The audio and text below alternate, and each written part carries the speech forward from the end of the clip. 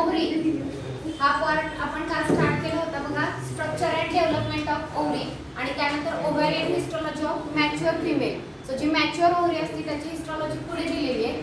त्याच्या आधी जे पार्ट दिलेला आहे structure and development of ovary, तर याच्यामध्ये मी तुम्हाला काल सांगितलं होतं की ओव्हरीमध्ये किंवा ओव्हरीच्या ती दोन पार्टमध्ये डिवाइड होते, कॉर्टेक्स आणि मेडुला. तर कॉर्टेक्स जो आहे तो कुठला पार्ट असतो, आउटर, आणि मेडुला जो असतो इनर पार्ट. त्याच पार्टला काय म्हटलं जातं, स्ट्रोमा सुद्धा म्हटलं जातं. It is made up of loose connective tissue. तो लूज कनेक्टिव्ह टिश्यू पासून बनलेला आहे आणि त्या ठिकाणी ब्लड व्हेसल, लीफ व्हेसल आणि नर्व या सगळ्यांचा सप्लाय त्या ठिकाणी असतो, बरोबर. सो हा मेडुला तुम्ही बघितला. नेक्स्ट आहे आउटर कॉर्टेक्स. कॉर्टेक्सचा पार्ट आपण बघतोय. So that cortex it is covered by germinal epithelium. So ओव्हरीचा जर तुम्ही कॉर्टेक्स बघितला तर हा कॉर्टेक्स जो आहे तो जर्मिनल इपिथेलियमनी कव्हर केलेला आहे. ओके, सो इथपर्यंत सपोज कॉर्टेक्स आहे आणि आतला हा जो रिजन आहे याला आपण मेडुला म्हणतोय. सो कॉर्टेक्सचं जे कव्हरिंग आहे ते कोणापासून तयार झालेलं आहे, germinal epithelium. Next it is compact and glandular. Compact आहे आणि ग्लँड्युलर आहे, हा ही पॉइंट का झाला होता. Next it shows large number of tiny masses of cell. So इथं बऱ्याच सेल तुम्हाला पाहायला मिळतील आणि oocyte किंवा एक जो डेव्हलप होतो तो या कॉर्टेक्स मध्येच डेव्हलपमेंट सगळी सुरू असते. आणि जेव्हा कंप्लीट डेव्हलप होईल एक ते फॉलिकल जे आहे ते इथं प्रेस होतं, ओव्हरीच्या वॉलच्या अगेन्स्ट प्रेस होतं. जर कुठलीही गोष्ट इमॅजिन करा, एखादी वॉल आहे आणि त्याच्या आतून एखादी गोष्ट अशी प्रेस होतीये तर काय होईल, इथे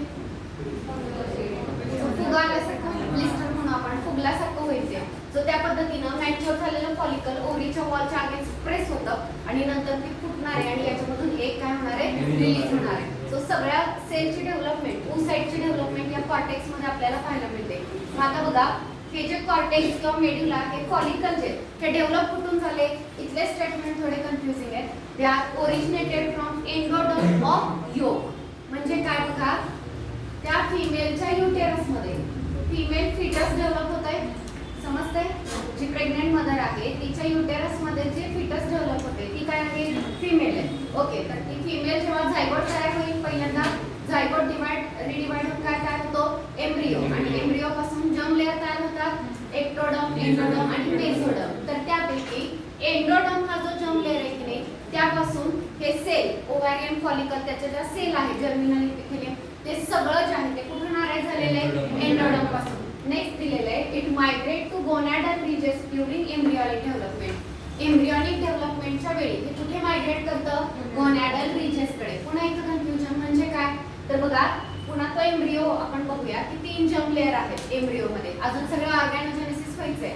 त्यापैकी कोणता लेअर, एंडोडर्म जो आहे त्यापासून कोण तयार झालं, ओव्हरीचं मेडुला, कॉर्टेक्स जे काही सेल आहेत ते कुठे तयार झालेलं आहे, एंडोडर्म पासून तयार झालेले आहे. ठीक आहे, अजून या एम्ब्रिओ पासून ऑर्गॅनोजेनेसिस व्हायचंय, ऑर्गन तयार व्हायचे सगळे, heart, pelvic girdle, pectoral girdle सगळं तयार व्हायचंय. सो जसं जसं ते डेव्हलप होईल तसं तसं एंडोडर्म पासून तयार झालेल्या ज्या सेल आहेत त्या मायग्रेट करतील. कुठे मायग्रेट करतील, जिथं ओव्हरी डेव्हलप व्हायला लागलेली आहे, ज्या ठिकाणी ओव्हरी डेव्हलप व्हायला लागली त्या फिमेलची, त्याला गोनॅडल रिजेस म्हणायचं. तर त्या गोनॅडल रिजेसकडे त्या एंडोडर्म पासून डेव्हलप झालेल्या ज्या सेल आहेत त्या कुठे मायग्रेट करतील, गोनॅडल रिजेसकडे ड्युरिंग एम्ब्रियोनिक डेव्हलपमेंट. एवढा पार्ट जर तुम्ही समजून घेतला तर तुम्हाला कळेल. सो फर्स्ट काय सांगितलंय की आपण कुठला पार्ट बघतोय, कॉर्टेक्स. कॉर्टेक्स कुठला, आउटर पार्ट आहे. नेक्स्ट हा कॉर्टेक्स जो आहे it is covered by germinal epithelium. याच्यामध्ये large number of tightly pack तुम्हाला सेल पाहायला मिळतील, बऱ्याच सेल बघायला मिळतील.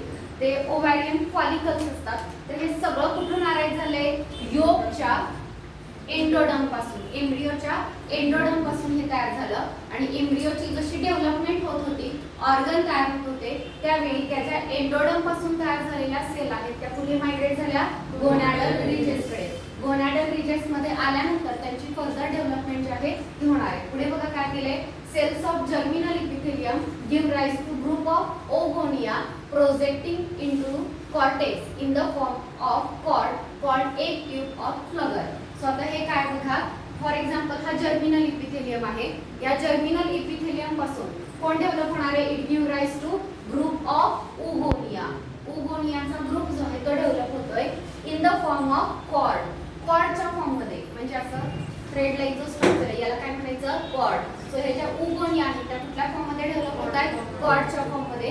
ती जी ट्यूब आहे, तो जो कॉर्ड आहे तो कुठे प्रोजेक्ट करतोय, कॉर्टेक्स मध्ये. हा कोण आहे, कॉर्टेक्स. हा कोण आहे, जर्मिनल इपिथेलियम. या इपिथेलियम पासून काय तयार होत आहे, उगोनिया. उगोनिया कुठल्या फॉर्म मध्ये, कॉर्डच्या फॉर्म मध्ये. आणि तो कॉर्ड कुठे आला, या कॉर्टेक्स मध्ये प्रोजेक्ट झालाय. So projecting in the cortex, sorry in the form of cord, called as egg tube. ती जी ट्यूब तयार होतीये उगोनियाची, त्या ट्यूबला काय म्हणणार आपण, एग ट्यूब. और it is also called as Pfluger. त्यालाच काय म्हटलं जातं, फ्लगर असं सुद्धा म्हटलं जातं. नवीन पॉइंट आहे स्टेट बोर्ड मध्ये ऍड केलेला.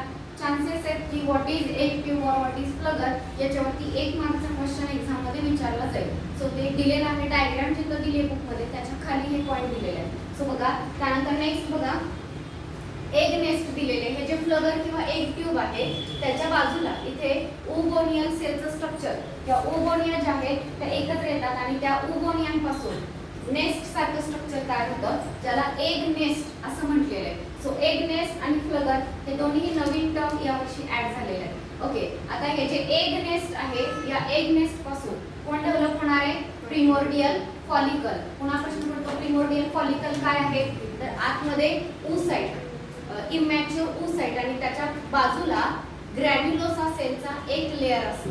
याला काय म्हटलं जातं, प्रिमोर्डियल फॉलिकल. त्याच्यामध्ये प्रायमरी oocyte असतं. प्रायमरी oocyte, सेकंडरी oocyte ह्या टर्म कधी यूज केल्या जातात, सुरुवातीचा oocyte आहे त्याच्यामध्ये मिओसिस झाल्यानंतर पुढची स्टेज येईल त्याला दुसरं नाव, त्याच्या पुढची मिओसिस 2 झाल्यानंतर त्याच्या पुढची स्टेज येईल. सो पहिली जी स्टेज आहे ती कुठली आहे, प्रायमरी oocyte. अजून त्याच्यामध्ये मिओसिस पुढचं सगळं डिव्हिजन व्हायचंय. Next oogonia is surrounded by a layer of granulosa cell. Oogonia जे आहेत, उगोनियाच्या बाजूला कशाचा लेअर असतो, येस, ग्रॅन्युलोसा सेलचा लेअर असतो. ओके, आणि हे जे oogenesis आहे किंवा आतमधला जो oocyte आहे त्याचं डिव्हिजन हे कधी सुरू झालं, oogenesis start before the birth. oogenesis म्हणजे या जर्मिनल इपिथेलियम पासून एग डेव्हलप व्हायला सुरुवात कधी झाली, त्या फिमेलची अजून बर्थच झालेली आहे, ती फिमेल मदरच्या युटेरस मध्येच आहे, तेव्हाच कशाला सुरुवात झालेली आहे, oogenesisला सुरुवात झालेली आहे. ओके, तर oogenesisला सुरुवातीला ओव्हरीमध्ये किती फॉलिकल आहे, 2 मिलियन प्रिमोर्डियल फॉलिकल. जेव्हा त्या फिमेलची बर्थ होते त्या 2 मिलियन पैकी किती शिल्लक राहणार आहेत, बर्थच्या वेळी फक्त 1 मिलियन प्रिमोर्डियल फॉलिकल शिल्लक राहतात. 1 मिलियन प्रिमोर्डियल फॉलिकल. आणि हे बर्थच्या वेळी असतात. बर्थ झाल्यानंतर ते फिटस डेव्हलप होईल. सुरुवातीच्या स्टेजला आपण चाइल्डहुड म्हणतो आणि त्यानंतर प्युबर्टी ही स्टेज येते. सो बर्थ झाल्यापासून ते प्युबर्टी पर्यंत फक्त 40,000 त्यातले शिल्लक राहतात. ठीक आहे, सो तुम्ही लक्षात येईल तुम्हाला बऱ्याच काय होत आहेत त्याच्यामध्ये, किल होत आहेत. आणि हे जे किलिंगची जी प्रोसेस आहे यालाच ॲट्रेशिया असं म्हटलं जातं. सो ॲट्रेशिया या टर्मवरती सुद्धा क्वेश्चन विचारला जाईल, व्हॉट इज ॲट्रेशिया. बरेच फॉलिकल जे आहेत ते डेव्हलपमेंटमध्ये किल होतात आणि त्याला काय म्हटलं जातं, ॲट्रेशिया. पुढे मिनार्क आणि मेनोपॉज दिलेलं आहे, पण ते स्टार्ट करण्याआधी एकदा हे ओव्हरीचं स्ट्रक्चर बुकमधून सगळ्यांनी व्यवस्थित रीड करा.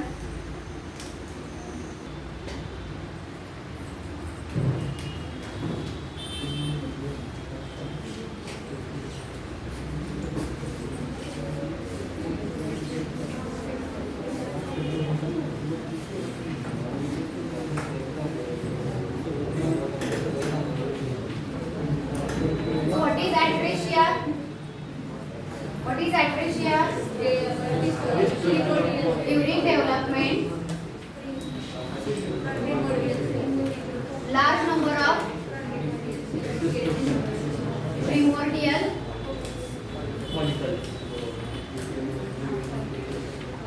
follicles get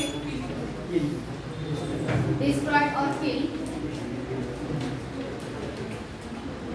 is called. याला काय म्हणणार आपण, या कंडिशनला काय म्हणणार आपण, ॲट्रेशिया. डेव्हलपमेंट मध्ये large number of primordial follicle, development होत असताना बरेच प्रिमोर्डियल फॉलिकल काय होतात, डिस्ट्रॉय होतात किंवा त्यांना किल केलं जातं. या कंडिशनला काय म्हटलं जातं, ॲट्रेशिया. अजून एक टर्म आहे ग्राफियन फॉलिकल. Graafian follicle. आता कुठली सांगितली, प्रिमोर्डियल फॉलिकल. प्रिमोर्डियल फॉलिकल मध्ये काय होता, प्रायमरी oocyte 2n क्रोमोझोमचा नंबर असणारा आणि बाजूला कशाचा लेअर होता, ग्रॅन्युलोसा सेलचा एक लेअर होता. सो याला काय म्हणतो आपण, प्रिमोर्डियल फॉलिकल. आता जेव्हा ही फिमेल जी आहे प्युबर्टी स्टेज मध्ये असते. प्युबर्टी मध्ये प्रत्येक मंथ मध्ये प्युबर्टी पिरियड कशाला म्हणायचं 13 ऑनवर्ड्स 18-19 जो पिरियड आहे त्याला काय म्हणणार आपण puberty period. So puberty period पासून पुढे प्रत्येक मंथ मध्ये एक प्रिमोर्डियल फॉलिकल काय होणार आहे डेव्हलप होणार आहे.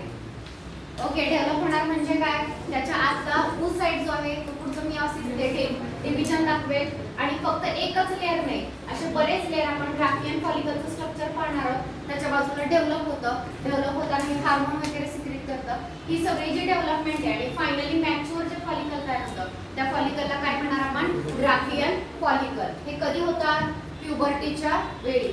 सो आता सगळ्यात फर्स्ट कुठून स्टार्ट करणार सुरुवातीला काय आहे प्रिमोर्डियल फॉलिकल. इनिशियल काय आहे प्रिमोर्डियल फॉलिकल आहे. हे प्रिमोर्डियल फॉलिकल कशामध्ये डेव्हलप होणार आहे मॅच्युअर ग्राफियन फॉलिकल मध्ये. म्हणजे बघा प्रिमोर्डियल फॉलिकल असतात त्यानंतर प्रायमरी फॉलिकल असतात त्यानंतर सेकंडरी फॉलिकल टर्शरी फॉलिकल आणि मग मॅच्युअर ग्राफियन फॉलिकल अशा स्टेजेस आहेत डेव्हलपमेंटच्या. सो हे जी डेव्हलपमेंट आहे ही कधी होणार आहे प्युबर्टीच्या वेळी सुरू होते आणि प्युबर्टी पासून प्रत्येक मंथ मध्ये एक ग्राफियन फॉलिकल जो आहे तो मॅच्युअर होणार आहे किंवा डेव्हलप होणार आहे. So what is Graafian follicle सगळ्यांना कळलं. इनिशियली काय आहे प्रिमोर्डियल फॉलिकल आहे बरोबर. प्रिमोर्डियल फॉलिकलच्या आत काय असतो प्रायमरी oocyte 2n क्रोमोझोमचा नंबर असणारा हा प्रिमोर्डियल फॉलिकल डेव्हलप होऊन काय तयार होतो ग्राफियन फॉलिकल तयार होतो. तयार डेव्हलपमेंटच्या कुठल्या स्टेजेस आहेत पहिली कुठली स्टेज आहे प्रिमोर्डियल फॉलिकल त्याच्यापासून काय होणार प्रायमरी फॉलिकल नेक्स्ट आहे सेकंडरी नेक्स्ट टर्शरी आणि फायनली ग्राफियन फॉलिकल. सो अशा स्टेजेस मध्ये ही जी डेव्हलपमेंट होते तर ही डेव्हलपमेंट कधी होती प्युबर्टीच्या वेळी स्टार्ट होते. प्रत्येक मंथ मध्ये एक प्रिमोर्डियल फॉलिकल डेव्हलप होईल आणि काय काय होईल एक ग्राफियन फॉलिकल त्याच्यापासून डेव्हलप होईल. समजलं काय ओके हे झालं डेव्हलपमेंट ऑफ प्रिमोर्डियल फॉलिकल. आणि त्यानंतरचा नेक्स्ट जो दिलेला आहे नेक्स्ट आहे मिनार.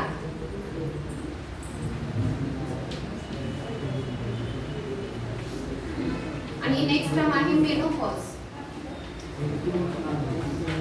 हा मुलांना बोलू नका. मिनार्क अँड मेनोपॉज काय आहे बघा. Menarche is the onset of menstrual cycle. Menstrual cycle जी आहे ती स्टार्ट होणं फर्स्ट मेन्स्ट्रुअल सायकल जी इनिशिएट होते जेव्हा सुरू होते त्या स्टेजला म्हणायचं मिनार्क. ओके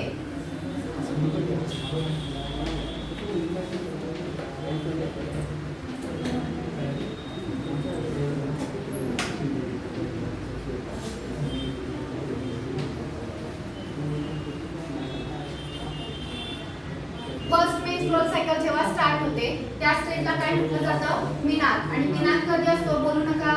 मिनार्क कधी असतो ऍट द एज ऑफ 13च्या पुढे कोणामध्ये 13च्या आधी सुद्धा येऊ शकतो. सो मिनार्क सगळ्यांना समजलं. Initiation of menstrual cycle first menstrual cycle जेव्हा स्टार्ट होणार त्या कंडिशनला तुम्ही मिनार्क म्हणणार. आणि मग मेनोपॉज कशाला म्हणायचं बोलू नको. मेनोपॉज कशाला म्हणायचं जेव्हा मेन्स्ट्रुअल सायकल स्टॉप होणार. स्टॉपिंग ऑफ मेन्स्ट्रुअल सायकल कधी स्टॉप होणार menstrual cycle at the age of 45 to 50. आता हा टाइम पिरियड किंवा एज जे आहे ते व्हॅरी होतो प्रत्येक फिमेल मध्ये. साधारण 45 to 50 या दरम्यान मेन्स्ट्रुअल सायकल काय होणार आहे स्टॉप होणार आहे. ते जे स्टॉपिंग आहे त्याला काय म्हणणार तुम्ही मेनोपॉज. दोन टर्म लक्षात राहतील. या टर्म वरती सुद्धा क्वेश्चन विचारला जातो what is menarche what is menopause. Menarche is initiation of or starting or beginning of the menstrual cycle. First menstrual cycle start होतं याला म्हणायचं मिनार्क. कधी होतं ते 13 ला आपण कन्सिडर करूया. आणि मेनोपॉज म्हणजे stopping of the menstrual cycle. Menstrual cycle stop होणार त्याला म्हणायचं मेनोपॉज. ते कधी होणार 45 to 50. जर 50 कन्सिडर केलं तर मिनार्क आणि मेनोपॉज याच्या मधलं जे लाईफ आहे ते कसलं लाईफ झालं फिमेलचं रिप्रोडक्टिव्ह लाईफ. त्याच्या आधी 13च्या आधीचा विचार केला रिप्रोडक्टिव्ह सिस्टीम ओगोनिया किंवा एक डेव्हलप व्हायला सुरुवातच नाही झाली एकच नाही तयार होणार. सो रिप्रोडक्शनची ॲबिलिटी नाही. आणि 50 नंतर मेन्स्ट्रुअल सायकल स्टॉप झालीये. कुठलाही हार्मोन नाही तयार होणार एक डेव्हलप होणार नाही काहीच नाही. सो इथून पुढे सुद्धा रिप्रोडक्शनची ॲबिलिटी असणार नाही. सो रिप्रोडक्टिव्ह लाईफ किती इयर्सचं झालं 13 to 50 कॅल्क्युलेट करा. 32 इयर्स. ते दिले का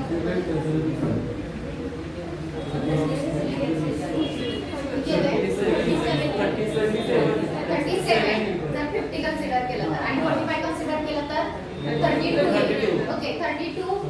27 इयर्सचं फिमेलचं काय आहे रिप्रोडक्टिव्ह लाईफ आहे. सगळ्यांना समजलं. हे जर तुम्ही मेल मध्ये बघाल तर त्यांच्यामध्ये मात्र प्युबर्टी पासून बोलू नका रे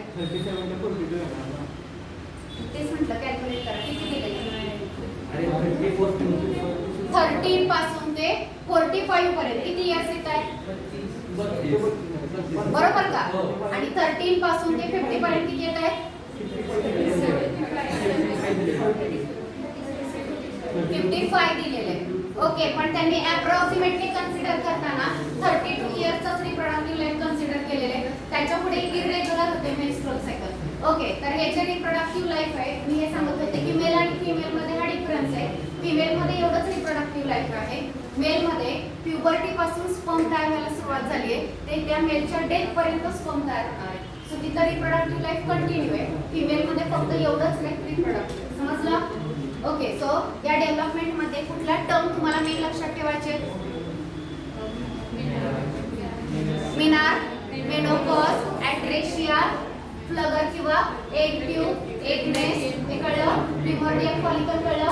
येस तर या टर्म ज्या आहेत या सगळ्या ह्याच्यामध्ये तुम्हाला लक्षात ठेवायचे. तर इथपर्यंत आपण डेव्हलपमेंट ऑफ ओव्हरी हे बघितलं.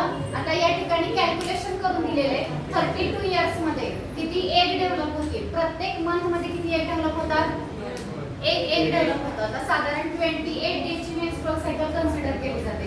म्हणजे नॉर्मली आपण एका इयर मध्ये 12 मंथ कन्सिडर करतोय तर साधारण 13 मंथ कन्सिडर करून चालायचे कारण 22 डेजची मेन्स्ट्रुअल सायकल आहे. सो 13 मंथ जर एका वर्षात असतील तर 32 इयर्स मध्ये किती मंथ असतील 32 into 30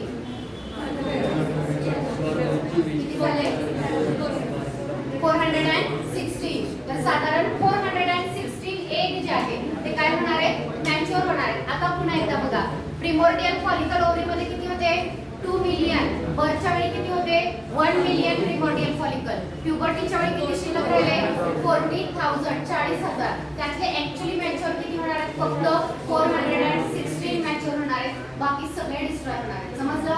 okay so this is about the development of ovarian follicle. Next आहे ovarian histology of mature female.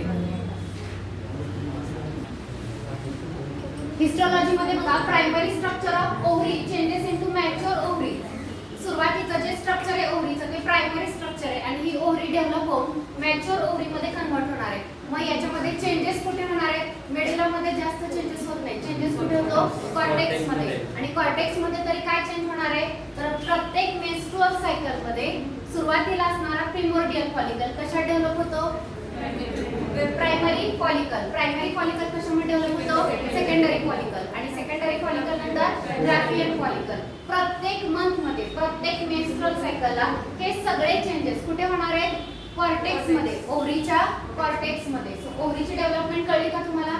So आधीची जी इमॅच्युअर ओव्हरी आहे ती मॅच्युअर ओव्हरी मध्ये डेव्हलप होणार आहे आणि पर्टिक्युलर चेंजेस तिच्या कॉर्टेक्स मध्ये पाहायला मिळणार आहे. कॉर्टेक्स मध्ये प्रिमोर्डियल फॉलिकल पासून प्रायमरी मग सेकंडरी मग टर्शरी आणि फायनली ग्राफियन फॉलिकल जे आहे ते डेव्हलप होतं. सो या ग्राफियन फॉलिकलचं डिटेल स्ट्रक्चर आपण नेक्स्ट स्टडी करणार आहोत. इथपर्यंत कळलं तुम्हाला.